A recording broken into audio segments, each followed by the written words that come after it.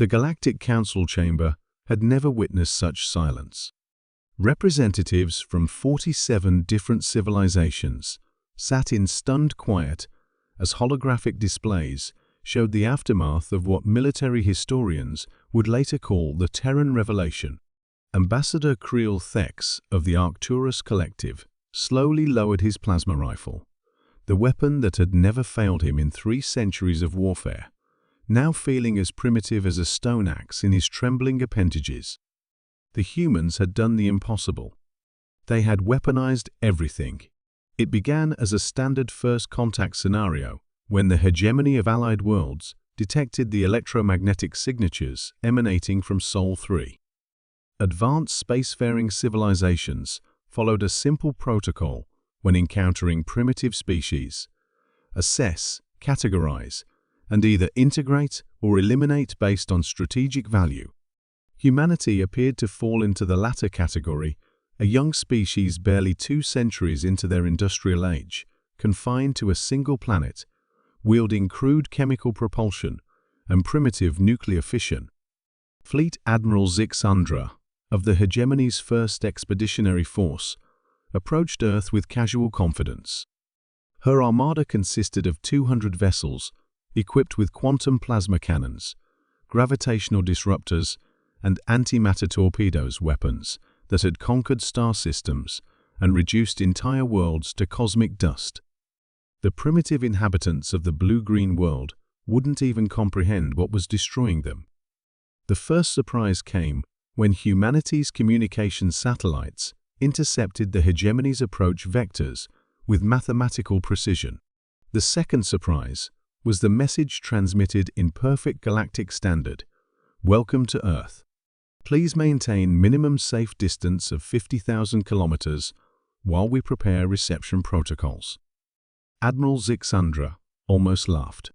These primitive beings thought they could dictate terms to a force capable of cracking planets.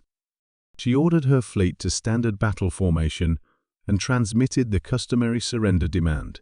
What came back from the surface defied every military doctrine in the known galaxy.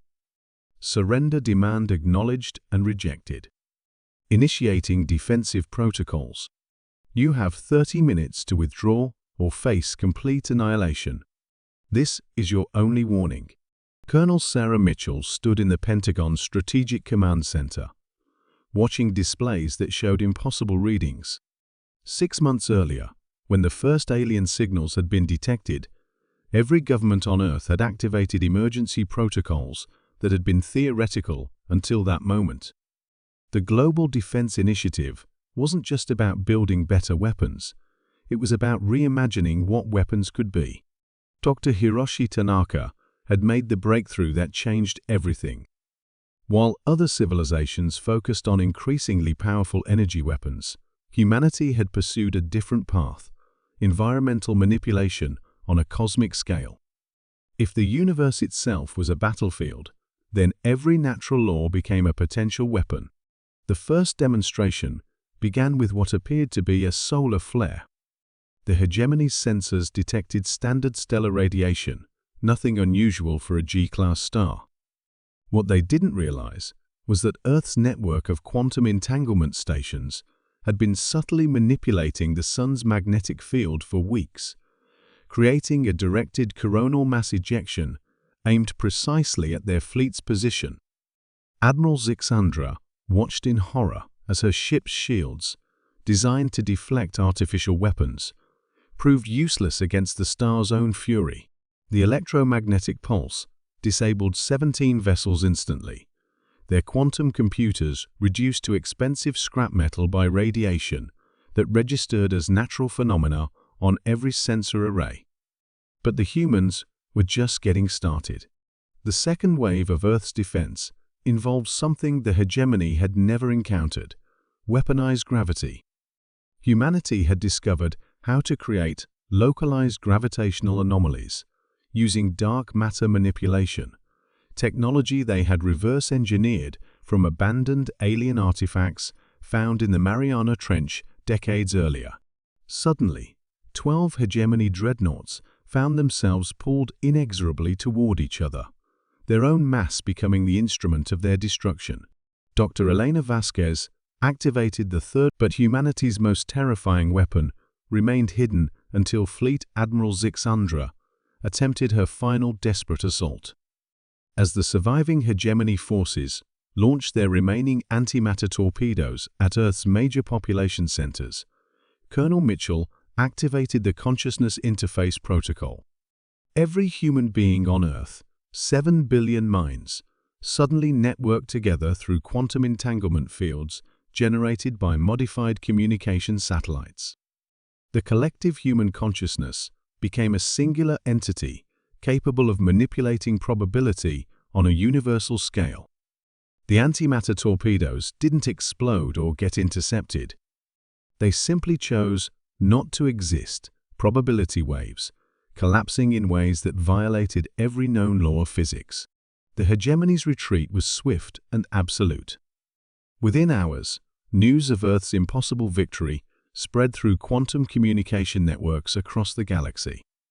The species that called themselves human hadn't just defeated a superior force, they had revealed an approach to warfare that rendered every existing military doctrine obsolete. In the Andromedan Empire, Warlord Vex Thul studied tactical reports with growing unease. His plasma cannons, which had melted the defenses of 1,000 worlds, seemed pathetic against beings who could weaponize stars themselves. The crystalline confederacy's quantum shields appeared meaningless when faced with enemies who treated the laws of physics as suggestions. But the most disturbing revelation came from the hegemony's surviving sensor logs. Earth's weapons weren't built from exotic materials or powered by technologies beyond galactic understanding. They were constructed from modified versions of the same scientific principles every spacefaring civilization discovered during their development. The difference wasn't in what humanity knew, it was in how they thought. Where other species had focused on creating more powerful versions of existing weapon types, humans had asked a fundamentally different question: what if everything could be a weapon? The answer had led them to arsenal concepts that no other civilization had considered.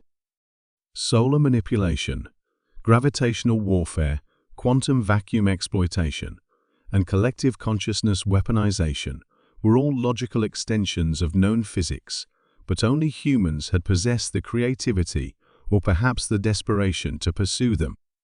Dr. Tanaka's final report to the Global Defense Initiative contained a single chilling observation: we have only demonstrated our basic defensive capabilities. Offensive applications of these technologies remain largely unexplored.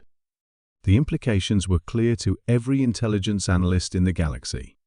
If humanity could defend their single world so effectively, what could they accomplish when they began expanding beyond it? Ambassador Creel Thex's species had ruled 3 star systems for 8 millennia.